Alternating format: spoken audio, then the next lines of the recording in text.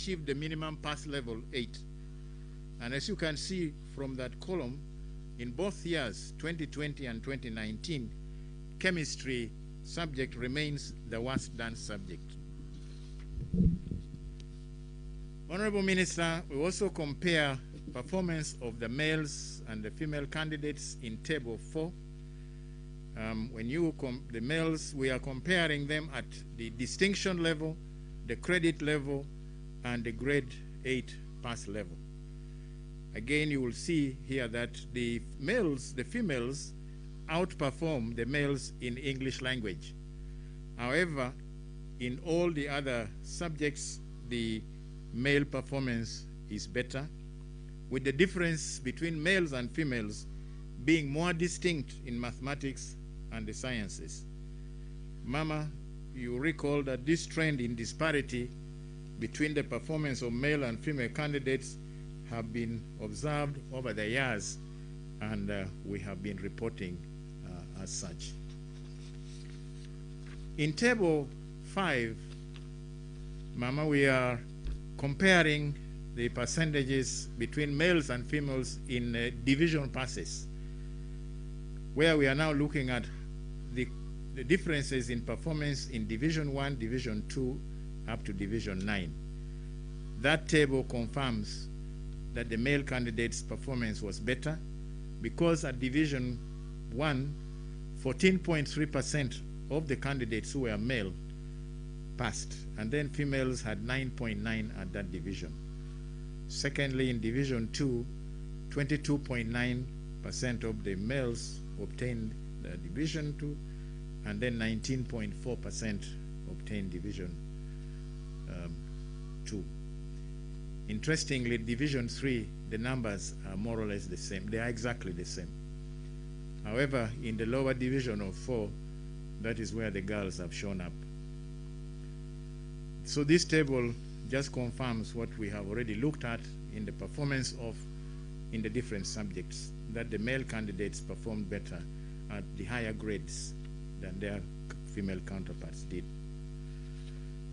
Mama, allow me also to report on the performance of those candidates we are calling special groups. The first of those is the inmates. These are the people who have been incarcerated in prison. UNEB has maintained an examination center at Luzira prisons for the inmates in order to assist the Uganda Prison Service in their efforts at rehabilitation of the offenders. This year, the center registered 45 candidates, and all of them sat. In some years, we would find a few would have been released before sitting the examination. Now, 4 of those 45 passed in Division 1, 8 passed in Division 2, 15 obtained Division 3, and the other 18 obtained Division 4. Very interestingly and encouraging is that none of them failed. The second group is our special needs candidates.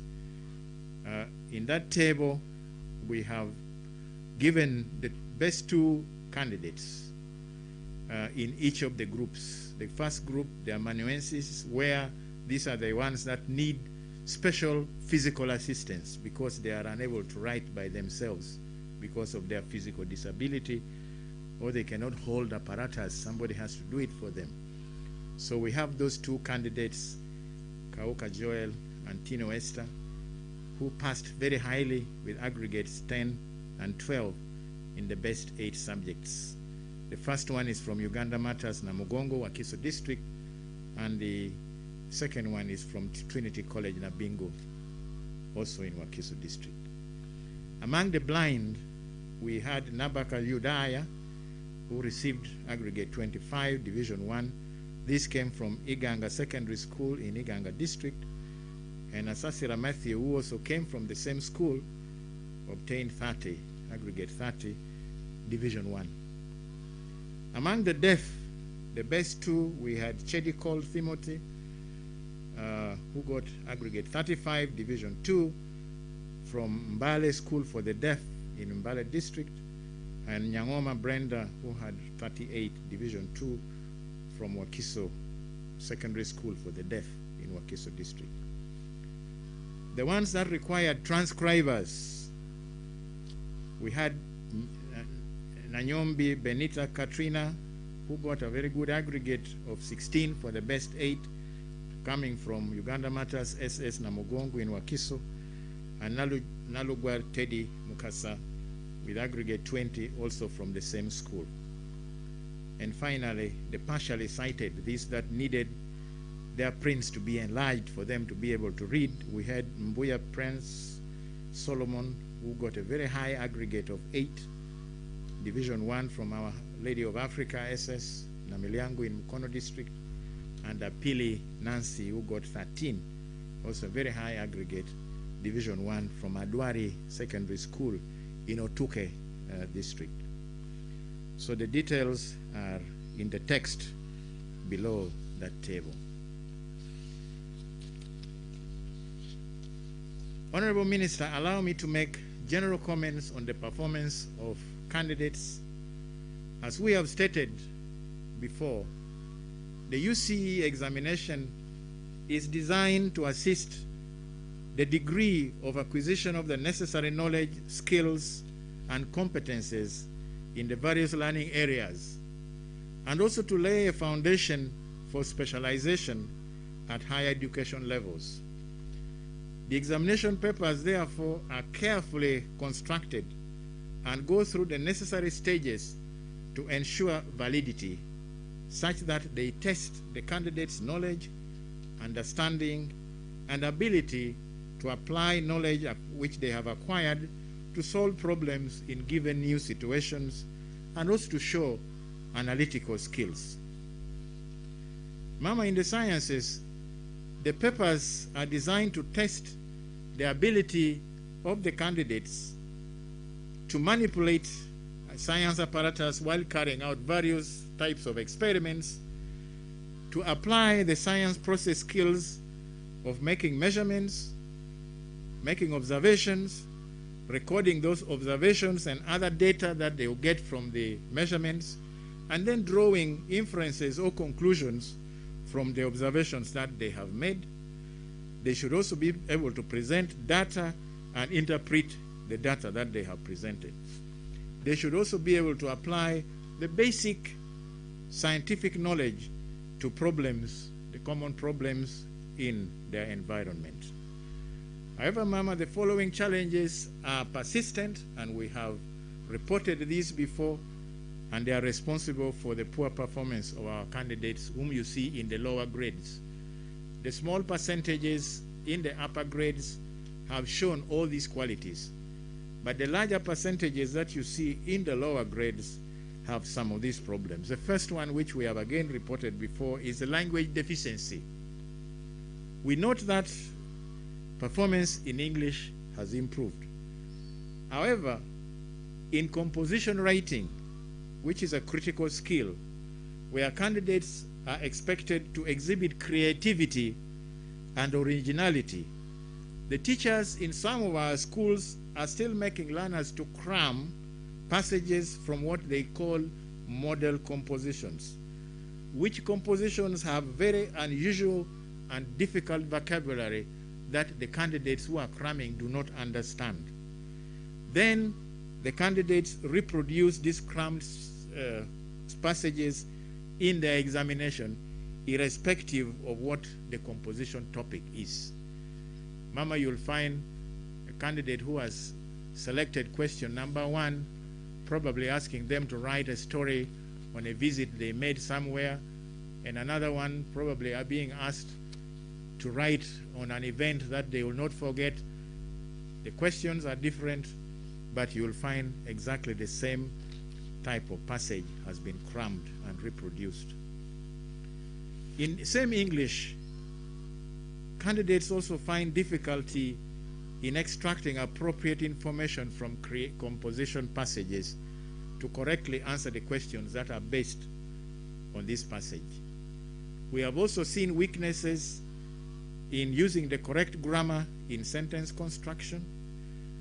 We have also seen weaknesses in the essential skill of extracting main ideas from a passage and writing out a coherent summary. This is a very important skill for anybody who expects to move ahead with their studies or anything else like that. The challenge of language deficiency, Mama, is also reflected in the other subjects, where the chief examiners have continued to report the failure by our candidates to interpret the demands of the tasks that have been set for them. Also, failure to follow the instructions which are given in order to answer particular questions. Also, misunderstanding some of those very key words that define the direction that the candidate's answer is supposed to take. These keywords are normally found in the stem of the question: describe, explain, and so on and so forth. And then generally, answers tend to show very poor mastery of the language. In the sciences, the problems have also remained largely the same. The candidates are showing weaknesses in handling apparatus during the practical tests. They are also showing problems, exhibiting problems in making and recording observations, drawing conclusions from those observations, or writing experimental results in a table and making meaning out of those results. They have also shown poor mathematical skill, where they are required now to carry out computations arising from the figures that they have recorded in their tables. In chemistry, they are showing inability to write the correct symbols of elements, formulae of compounds, and equations, among others. This is the language of chemistry. Once you cannot write the correct symbol, chlorine Cl, and you write chlorine with the C capital L, you are talking about something else. We also saw from the scripts that some candidates merely forged figures of experimental results and wrote them in the answer sheets without carrying out any practical work at all. Most of them showed lack of practical experience, as what we have had, Mama, is that many schools tend to handle practical aspects of the curriculum much later in the course. And as a result, students do not develop the necessary skills in practice, in practical work, as they should.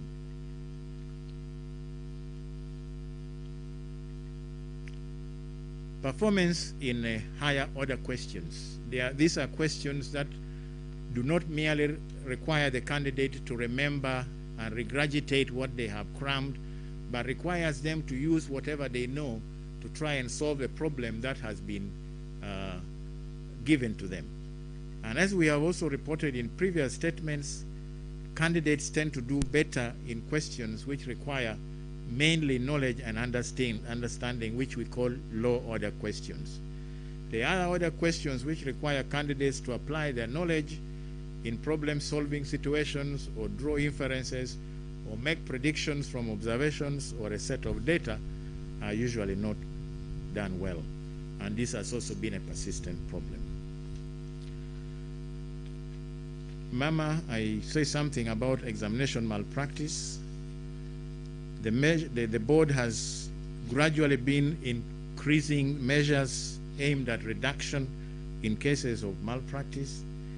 And I want to say that this year there is a reduction in the cases of examination malpractice compared to last year and even the previous years. The subjects that have been affected most this year have been physics, chemistry, biology, and mathematics. And the nature of the malpractice has been mainly external assistance. That is, assistance given by third parties to the candidates inside the examination room as they are writing the exam. We have also had cases of collusion where candidates are sharing the answers. A brighter one passes on his or her answers to a neighbor who is probably weaker to copy.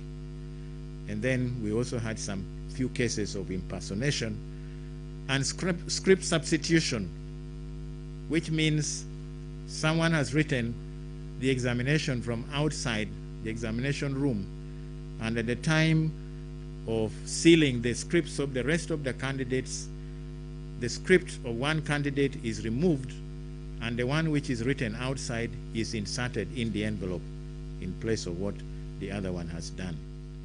So, Mama, this year, in accordance with Section 5, subsection 2B of the UNEB Act number 1 of 2021, 1,292 results will be withheld.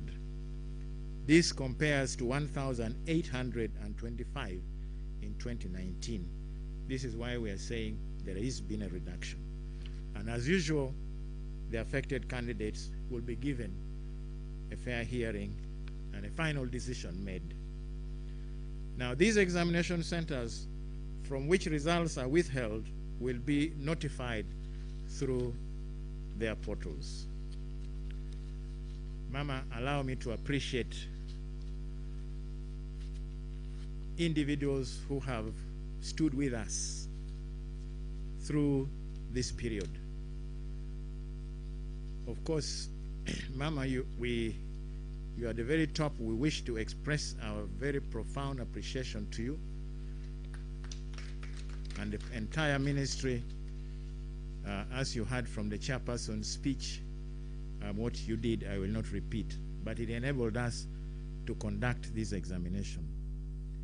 We wish to thank all the other persons, particularly the security agencies, all our field people, the area supervisors, heads of examination centers, the invigilators who conducted the examination in accordance with the board's regulations, and all those that adhered to the Ministry of Health guidelines on the control of COVID-19. Mama, I also want to thank our examiners.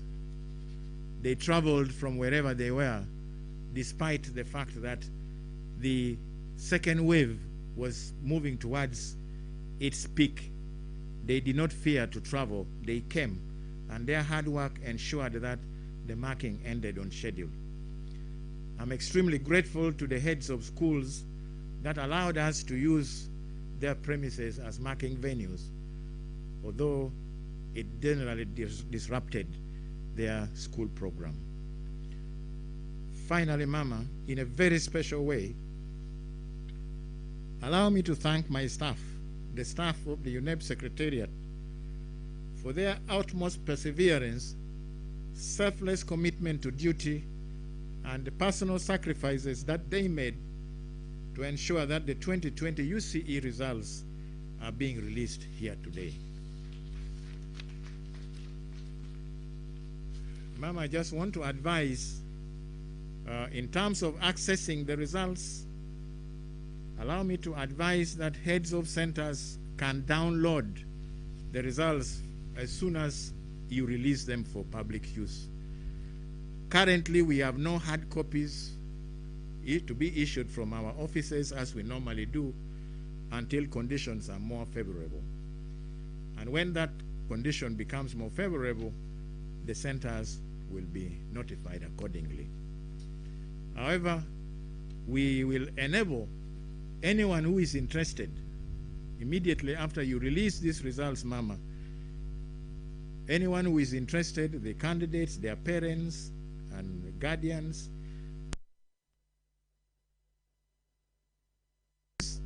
menu on their smartphones, and they type UCE, leave a space, and then they put the correct index number and send to 6600.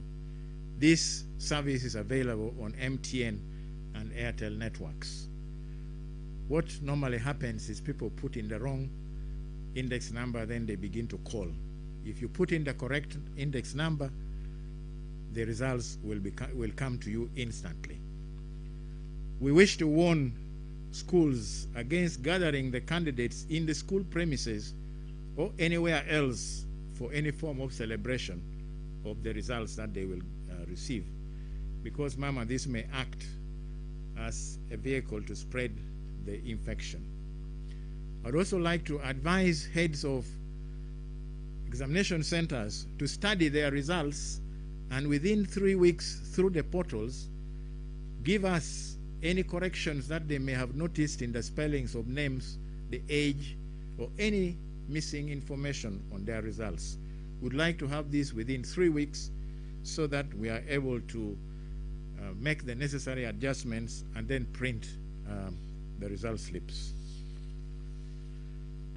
Before I end, Mama, allow me to use this opportunity to assure the nation that the question papers administered by UNEB for the various subjects contain the correct questions developed according to established question development techniques that are used by assessment bodies worldwide.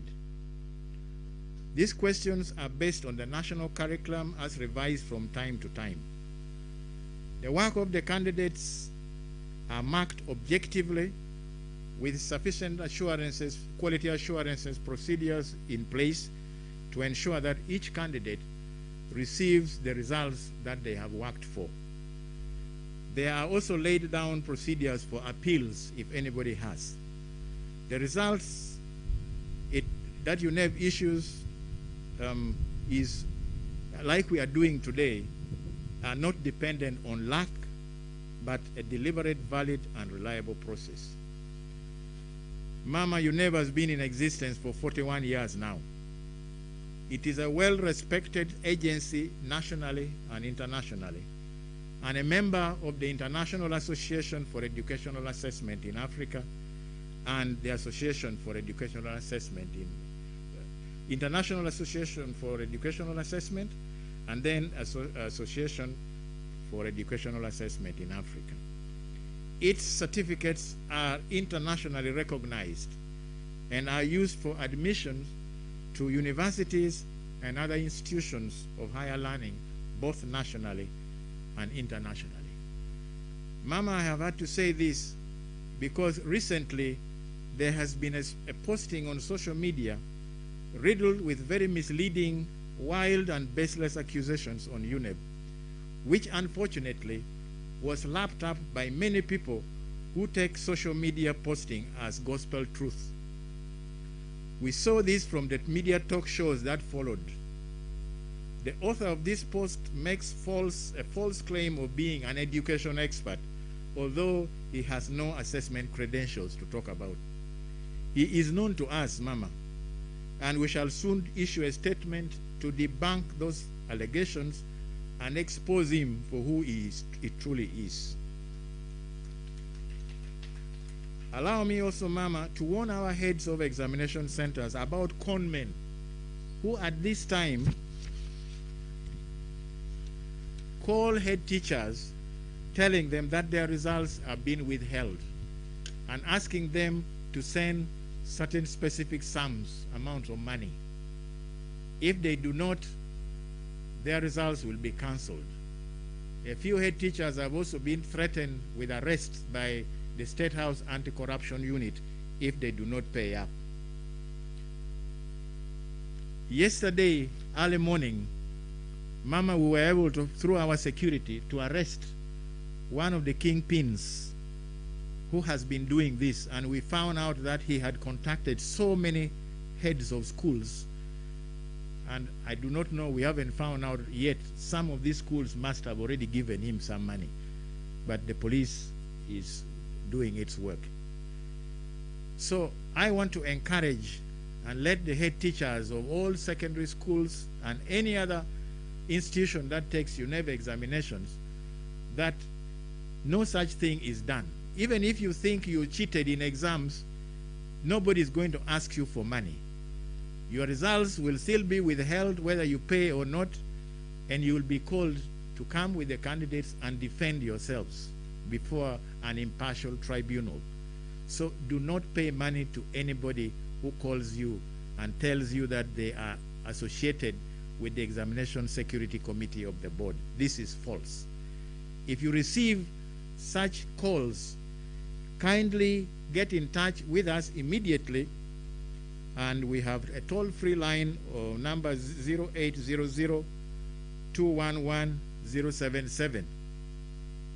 Or you can also use WhatsApp or SMS on dedicated lines 0776 865 556, then 0776 993 335, and 0776 731 261. We will receive these messages, and immediately our team of security people will swing into action so that we can rid society of this type of people. Mama, I wish to submit. Thank you very much.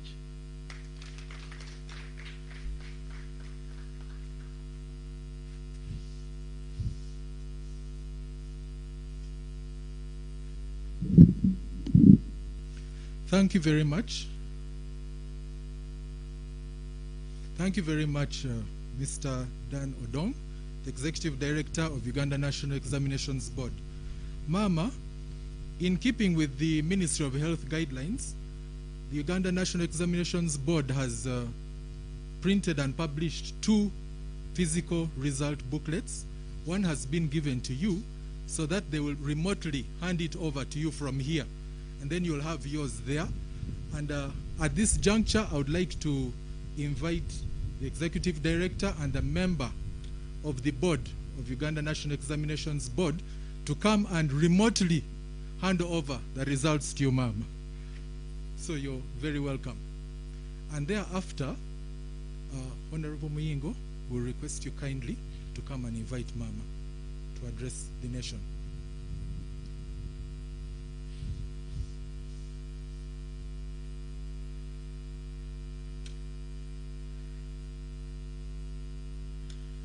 Ma'am, on behalf of the chair of the board, Professor Okwakol Mary, I would like to now request that you receive and release the results of the Uganda Certificate of Education National Examinations 2020.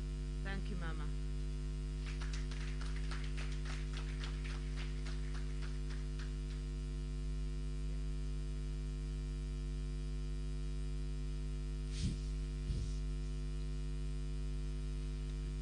May I now invite Honorable Muyingo to please come. You can come here.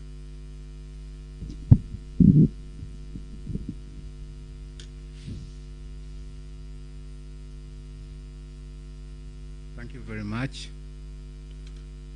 The First Lady and Minister of Education and Sports, my colleague, the Honorable Minister of State for Education, in charge of primary, the Permanent Secretary, Minister of Education and Sports, and all the officials from the Ministry of Education and Sports, the management and the staff of UNEP, ladies and gentlemen.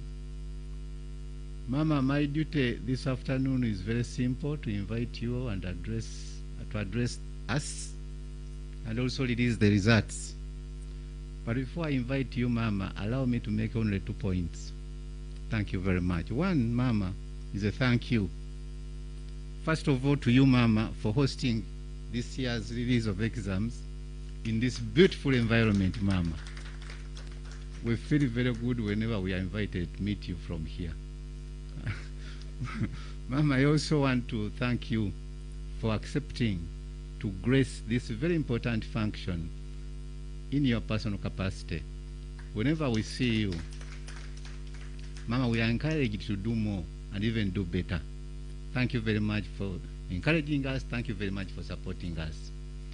Mama, may I also say a big thank you to the management and the staff of UNEP for a job well done. Mama, these exams were conducted, marked in a very difficult time or period, where almost everybody was suspecting even the closest friend to be carrying COVID-19. These men and women did not fear whatever the fears there were during that time. They sacrificed themselves, and here we are this afternoon to celebrate the fruits of their sweat. Congratulations, UNEP. Mama, I note with appreciation the increasing number of the girls registering for this and completing this level of education. as is seen even in the past few years, the number of girls is continuously increasing, and I'm really very happy. But Mama, I'm also worried and concerned. First of all, about reduction in candidature, yet the population of the country is on the increase. I'm also very worried about the absentee, those who register but are not presenting themselves for the exam when time comes. That worries me, and I'm really concerned. The other is the boy child, Mama. From the results we have been receiving, you see, boys are having good reasons to be absent. Mama, I think we need, UNEB has given us work as the Minister of Education officials. We need to get back into the boardroom, scratch our heads, do some research, so that these issues, even in the performance are addressed, Mama. Mama, with those two comments, I want to invite you to address the nation. Thank you very much.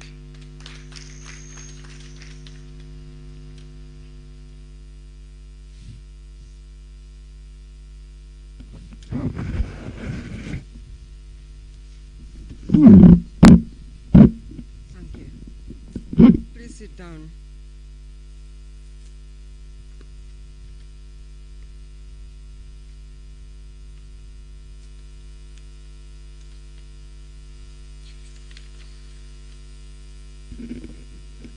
Okay,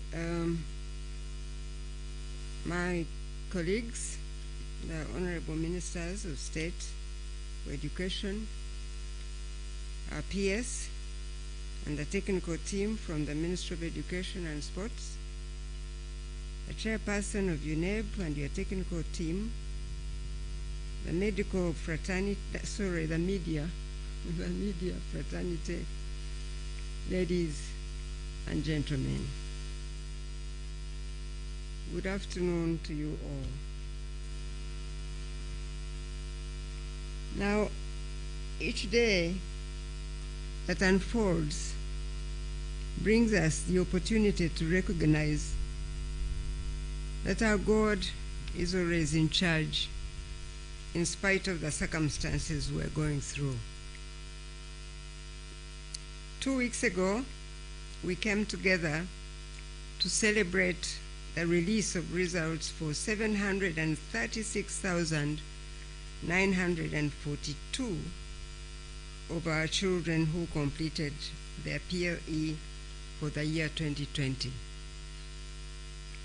Today, we come together in the same spirit of gratitude to our God for the 330,592 of our young people who sat their O-level exams for the academic year 2020 in March to April 2021.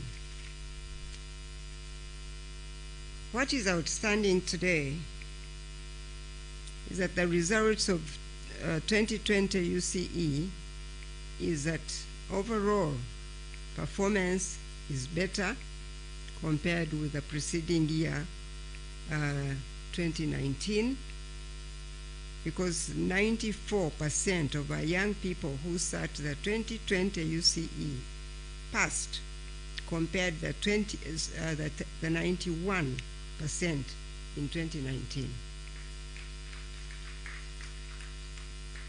Now, to us as a nation, this kind of performance by our children should be testimony that God is still working good things in our midst in spite of the circumstances in which we are.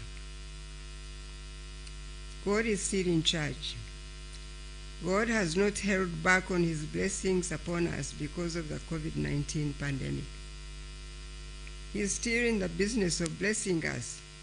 We just have to dare count those blessings one by one. We shall be amazed at what God is doing in our midst. So, on behalf of my ministry, I extend our sincere gratitude to all UNEB security agents, to all UNEB and the security agencies, the local governments, the leadership of the various schools, the Ministry of Health, who worked with us very closely, and most of the parents and guardians who did not give up at all. I also extend our appreciation to our partners in development who supported us in various ways in developing and production of the home study materials,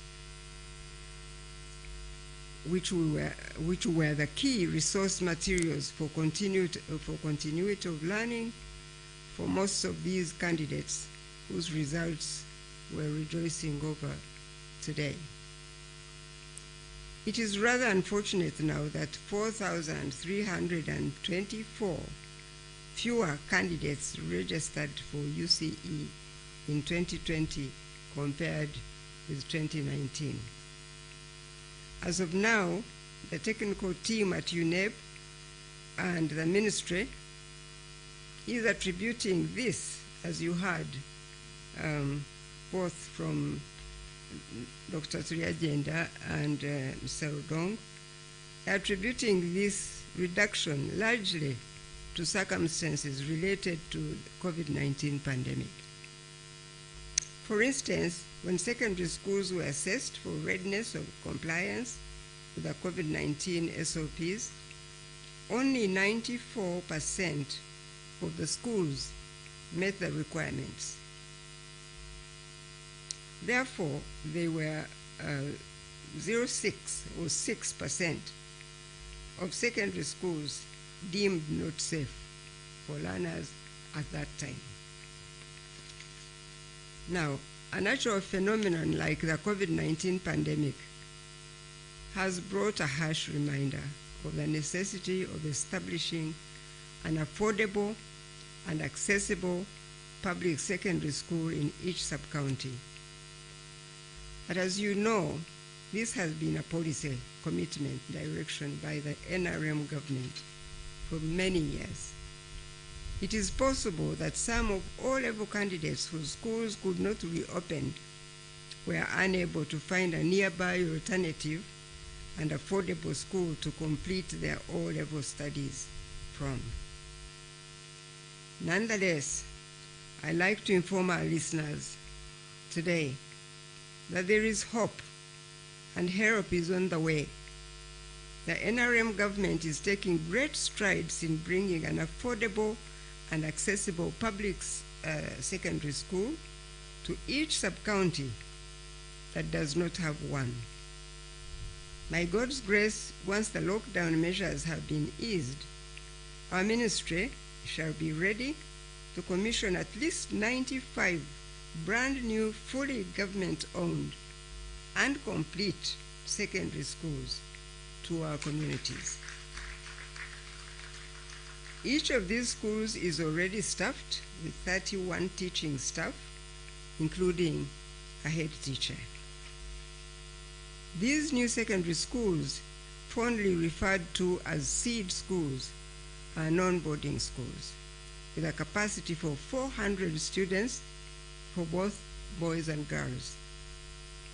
The facilities at these new government schools include 6 classrooms, fully equipped science laboratories, a library, an ICT laboratory, a 400-seater multi-purpose hall, and 4 staff houses, among others.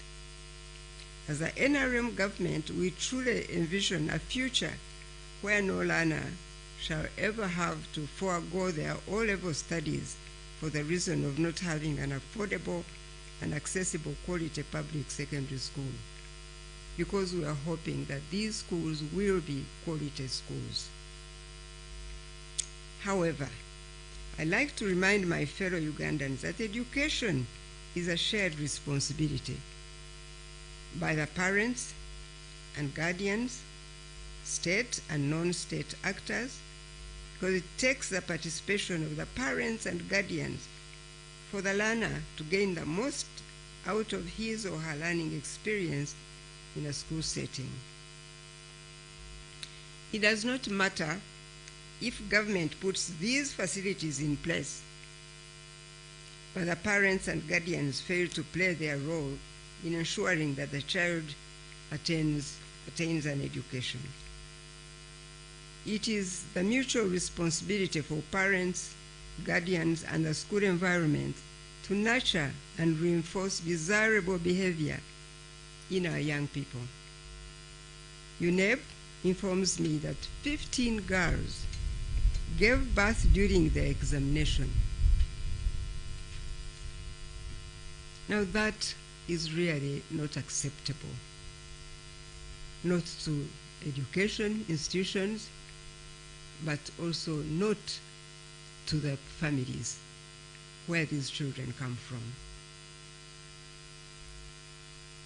My fellow parents and guardians, these young people belong to you, first and foremost, before they become a responsibility of the state to offer them affordable basic services such as education. They are yours first. And this is no place for government to advise parents, because parents know this. This is God-given. When a parent or a family brings children into the world, they must accept that responsibility.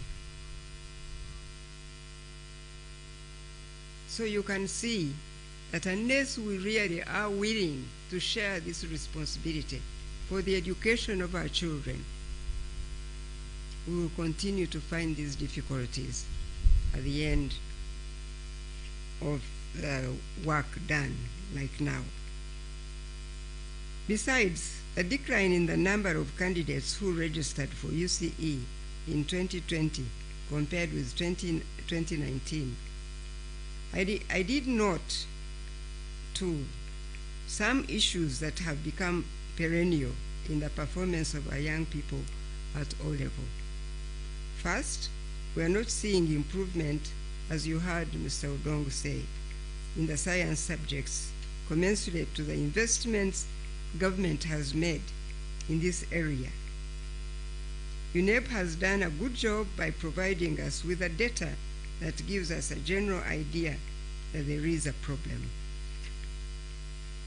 I want to task our ministry's permanent secretary to ensure, to give support and attention to providing credible answers to these perennial problems, working with all our technical people concerned.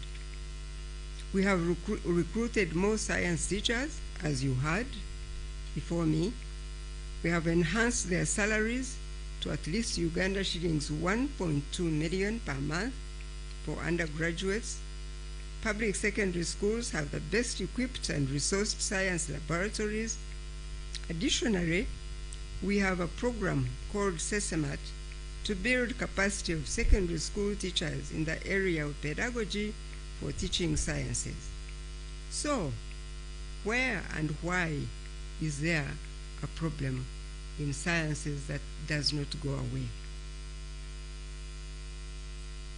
Similarly, government has increased the budget allocation for the Directorate of Education Standards.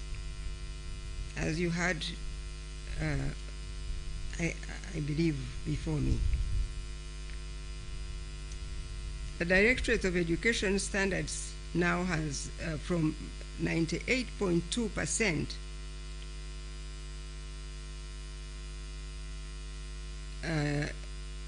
which is Uganda shillings 4.077 billion, from Uganda shillings 4.15 billion, it has now gone to Uganda shillings 8.277 billion. It has doubled, as a matter of fact, and more over the last 5 years. This was to strengthen the capacity, not only support local governments in inspection and supervision, but also to carry out inspection and supervision of post-primary education institutions, which include secondary schools. In spite of all these investments, learners still complain of being taught science science practicals infrequently.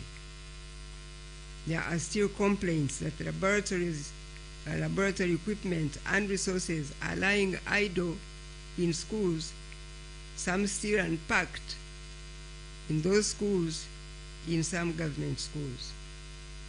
In some areas, we hear our science teachers who roam around the village teaching, or sub-counties, teaching schools, private schools, to gain more money without concentrating on the work that was given to them in these government schools. So is it any wonder that you hear that our children are not doing well in government schools? It is that unfair experience that we keep hearing about. Our teachers who earn more than private schools, but they go around teaching in private schools in addition to what they earn to benefit more, and they leave our children unattended to. Now these are problems we have to hold hands together in government, in our sector, the Ministry of Education, in local governments, to ensure that inspection is done, and teachers that are found not to be on duty when they are supposed to be on duty must lose those jobs. So that we send some examples to people that they are paid to provide a service to our people, not to just selfishly gain more and more money, leaving our children unattended to. So that is why today I am, as I said, I'm tasking our new PS to study this problem further and report to us with evidence-based solutions on the way forward. It is gratifying to note that over the last 5 years, there has been a consistent downward trend in the proportion of S4 candidates who register for UCE but fail to sit the exams. At least this one is reducing. This is considering another positive trend where we have observed an increase in candidature by more than 30,000 students over the same period of time. A proportion of absenteeism has declined also, as you heard from Mr. Odong, from 2.1% in 2016 to now 0.8% in 2020, as you heard him say. Nonetheless, as I mentioned 2 weeks ago during the release of results of 2020 PLE, we must account for students who register but do not show up for exams. Therefore, we will work very hard in the coming time to establish what is happening with these children who register and never sit the exams. For our young people that pass the Uganda Certificate of Examinations, you stand at crossroads of opportunities. The UCE certificate you have earned opens paths for you into the world of several post-secondary education opportunities. I come back to parents and guardians to say that your children need you most at this point of choice making, because they are at crossroads now and they have questions in their minds that do not have answers, and they need you. They may be asking those questions to you even now. What path should I take? They may say. There is a whole world of limitless possibilities in the technical vocational training subsector. However, it is also a path that our young people tend to despise, and our society in general. And yet, it has opportunities and our young people tend to shun them. Parents, I encourage you to encourage your children to give serious consideration to this area of technical education. Those that have been focused and committed have earned a decent living by putting to work the skills they acquire through TVET. Therefore, I encourage our young people and their parents to seek more information about technical and vocational education training in your districts or sub-region. Let your child know that TVET does open many more employment opportunities than they may find in the academia path. Lastly, for those that successfully completed O-level, the selection exercise will be communicated to you in due course, but not before the lockdown has been lifted. This is similar to what I mentioned to the public when I released the 2020 PLE results only a fortnight ago.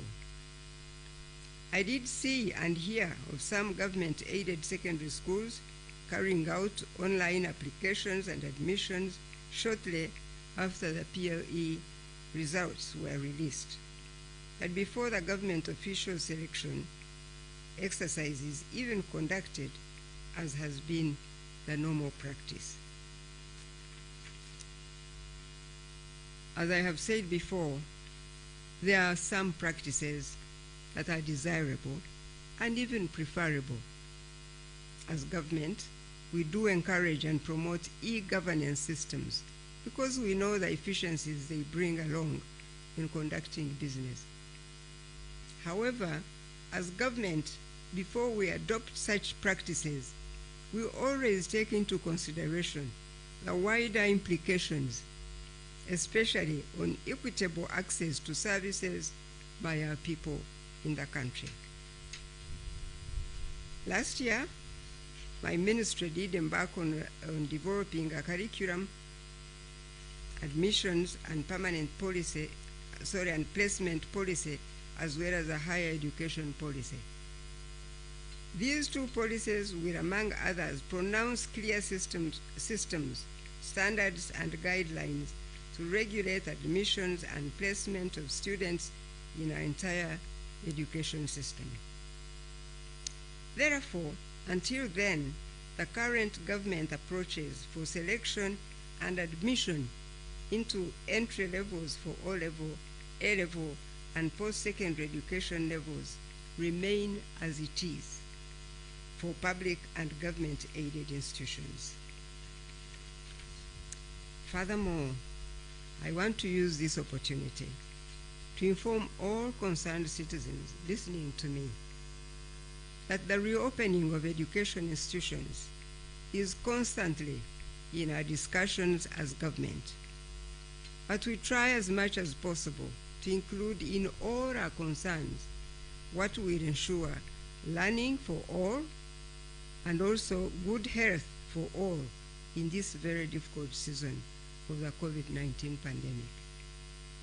We have not forgotten that when the president announced this second lockdown, there had really been an outcry in the country that government announces a lockdown because of the many sick students in schools and also the deaths in the country.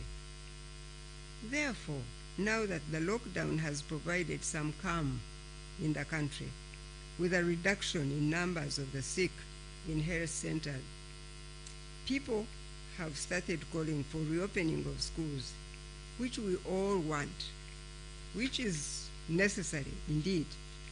However, I want you to know that we are considering the sequencing of reopening the schools that will follow, which is realistic as government finds the vaccines required for all our learners.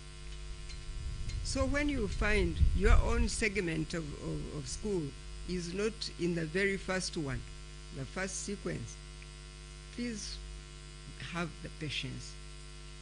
And I call upon the parents, mostly have the patience. Encourage your children to do homeschooling and wait for their time. Because the opening will come for sure for all educational institutions. But we have to look at how we should open. We can't do the opening all at a go, because it hasn't been long since we were having problems with children at school and having COVID-19 right there in schools. Therefore, what I want to ask you all, my listeners, is to trust your government and know that we are trying to do everything humanly possible to protect our people from this enemy of COVID-19. Where we fail, it is not because we have not tried or because we do not care. So please listen to what the President will say to the country tonight, because it will inform what we will do going forward. Once again, I appreciate the parents, the guardians, and teachers, among others, who made it possible despite the difficulties brought by the COVID-19 pandemic. For those who were not as successful as you expected from your UCE, I encourage you not to lose hope. As long as you're healthy, God will make a way for you through which your life goals can be pursued. Do not give up. Keep safe by observing the SOPs for COVID-19, because it is not yet safe to put down our guard. With that, it is now my pleasure to release the 2020 Uganda Certificate of Examination results to the public, and here are the results.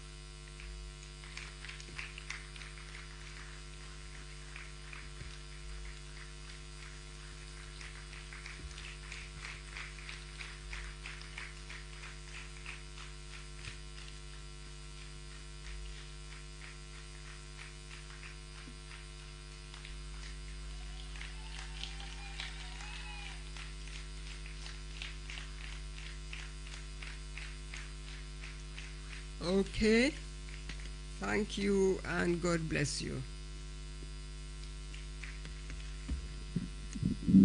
Thank you so much, Mama. I request that we give Mama one more rousing hand clap. Thank you so much, Mama.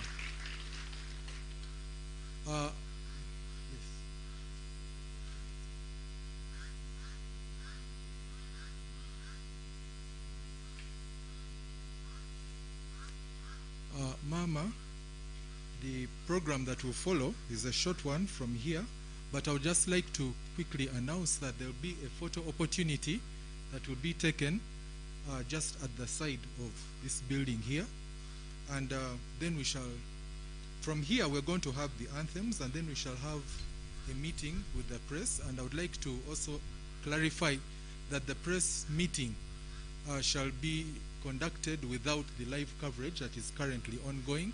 So the people in charge of live transmission are duly informed. May we now stand up for the anthems. First to the East African anthem and then the national anthem.